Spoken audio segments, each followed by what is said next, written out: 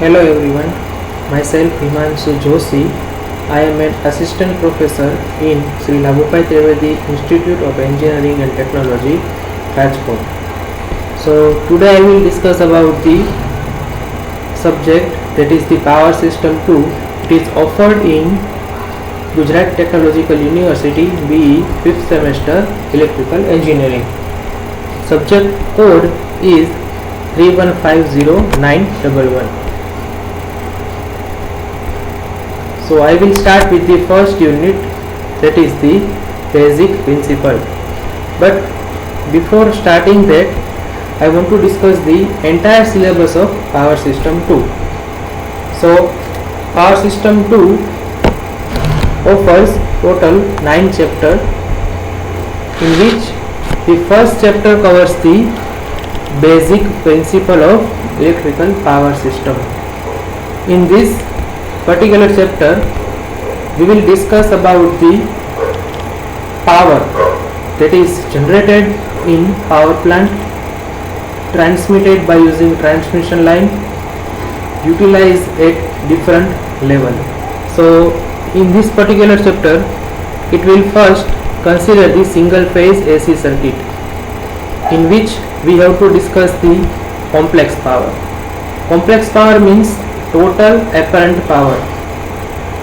We know that complex power S is equal to active power P plus reactive power Q. So complex power, that means apparent power S, that is the addition of active power and reactive power. So in this particular chapter, we will consider this complex power for both single phase circuit and three phase circuit. Now first we will consider the complex power by using single phase circuit, and then we will move towards the three phase circuit. So basically in three phase circuit, we have various connection, that is the star connection and delta connection. So we will analyze this complex power by using star connection, delta connection and delta star connection. So we will use delta star transformation. After studying the complex power, we will move towards the per phase analysis, and then balance three phase power. Balance three phase power, that means in receiving end side, we will use the balance three phase power source. So we will analyze the complex power by using balance three phase power. In second chapter, we will discuss about the representation of power system component. So there is a method which is name is per unit system, which is used to represent the entire power system, or we can say that each and every component of power system. So basically per unit method, that is used to describe the complex power system. So we cannot draw the entire complex power system. So we will convert that entire complex power system into single line diagram, and to analyze the single line diagram, we are going to use the per unit system. So in this particular chapter, we will use the per unit representation of transformer, per unit impedance diagram of power system, its example, and impedance diagram for that particular per unit system, per unit representation of synchronous machine, and representation of salient pole synchronous generator and its operating chart of synchronous generator, and last we will use the representation of load by using per unit system. So this second chapter mainly focus on elements of power system and its per unit representation. Now next, transmission line modeling and its performance. So basically we all know that there are mainly three types of transmission line: short transmission line, medium transmission line and long transmission line. So we will deeply analyze each and every types of transmission line. We will start with the short transmission line, then medium transmission line. In this medium transmission line we will analyze the nominal T method and nominal pi method. After that nominal T and nominal pi method, we will move towards the long transmission line. In this long transmission line we will analyze the equivalent pi model and its solution. We will also find out the ABCD parameter of each and every transmission line, that is the ABCD parameter for short transmission line, medium transmission line and long transmission line. We will also find out the solution of sending end voltage, receiving end voltage, sending end current and receiving end current also. After that analysis we will learn about the Ferranti effect. Many of you know the Ferranti effect, that under lightly load condition or no load condition the receiving end voltage is very much higher than sending end voltage. That means whatever we will send, we will receive more than that we will send. That is known as the Ferranti effect. So we will also learn about the Ferranti effect, its basic principle, how to remove the Ferranti effect in this particular topic. After that we will learn the power flow through transmission line, its circle diagram and its method of voltage control. And last we will learn about the examples of this particular analysis, that is the short transmission line, medium transmission line, long transmission line, its ABCD parameter, voltage regulation and efficiency. Next we will learn about the fault analysis. The chapter number 4, chapter number 5 and chapter number 6 that comes under the fault analysis. We already know about the fault analysis, that there are mainly two types of fault, symmetrical fault and unsymmetrical fault. Symmetrical fault means that type of fault in which all three phase comes under the same condition. That means if we are talking about the triple line fault and triple line to ground fault, that comes under the symmetrical faults. And unsymmetrical faults means the type of fault in which there is different situation in all three phases.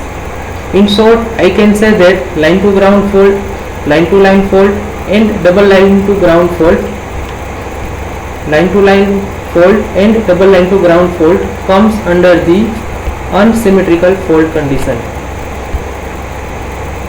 If one conductor open, two conductor open and three conductor open, that also comes under the unsymmetrical fault condition. So chapter number 4 analyze all the symmetrical types of fault. In this particular chapter we will learn about how to analyze the symmetrical faults. Mainly there is various types of methods to analyze the symmetrical fault. So one of the best method is formulation of Z-bus, and based on that you can analyze the symmetrical faults. So in this particular chapter you can analyze the symmetrical faults for synchronous machine and transmission line. You will learn about the synchronous machine for no load condition and loaded condition. Clear? So in this particular chapter you can analyze the symmetrical fault analysis. Next is symmetrical component. Now take a note of that to analyze the unsymmetrical fault, it is one of the tough condition. If the fault is symmetrical, then you can easily analyze the fault. But for unsymmetrical fault, you have to convert that unbalanced system into one of the balanced system. So to make the unbalanced system into the balanced system, you need to analyze the symmetrical component for that unbalanced system. So to analyze the unsymmetrical fault, you have to learn the method which convert unbalanced system into balanced system. So symmetrical component is used to make that one.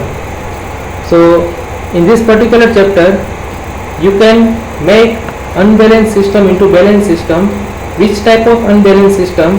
That is the transmission line, transformer, synchronous machine, etc. You will convert that all type of unbalanced system into the balanced system. So particular you will learn about the synchronous machine,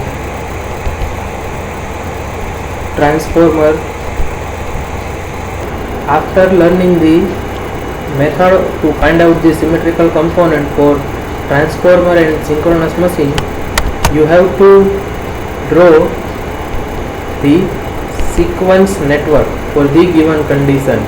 That means given condition means you have been given unsymmetrical faults like line to ground fault, double line to ground fault. So that unbalanced system, you have to draw that unbalanced system into the balanced system. That is known as the synchronous sequence network for that particular condition. Next is unsymmetrical fault analysis. So based on that symmetrical component method and sequence network, now you are able to analyze the unsymmetrical faults. That means single line to ground fault, line to line fault, and double line to ground fault. And last, open conductor fault. It means one conductor open and two conductor open. So that is the comes under the unsymmetrical fault analysis. Next chapter is chapter number 7. That is the corona. So please keep in mind that corona is our electrical phenomena. We are not talking about the COVID-19 or coronavirus. Clear? So this is the transmission line phenomena which is occurs in a transmission line, and it is a one type of loss. So in this particular chapter we have to learn that how corona phenomena will occur, at which voltage it will occur. So that is, we have to find out the critical destructive voltage.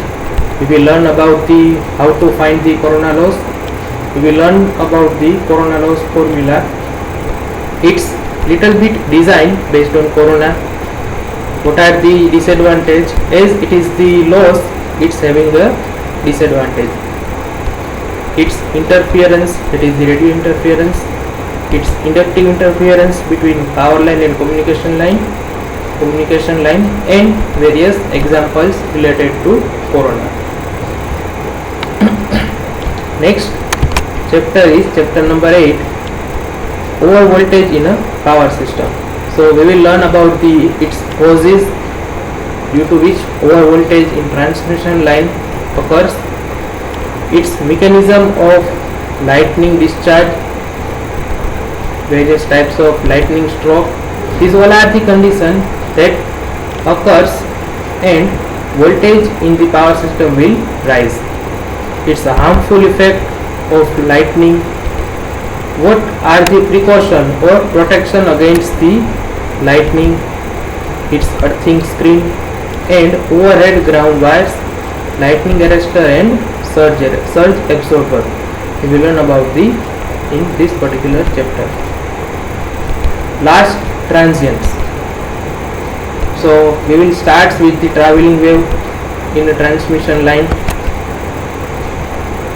Its condition like open end line and short circuited line. Again, line terminated through a resistance. So open end line, short end line, and terminated through a resistance. That is the different condition for which we have to analyze the transient. That means if line is open end, then what is the behavior of transient? If line is short circuited, then what is the behavior of transient? If line terminated through a resistance or impedance, or we can say that line is connected to cable, then what will be the behavior of transient? Its reflection and refraction at particular junction. We have to analyze the transient. and last line terminated through a capacitance. Then what will be the behavior of transient? And next we have to find out the attenuation of traveling wave, capacitance switching, and over voltage due to arcing. So this is the total behavior of transient. So that is the total overview of our syllabus. Thank you very much.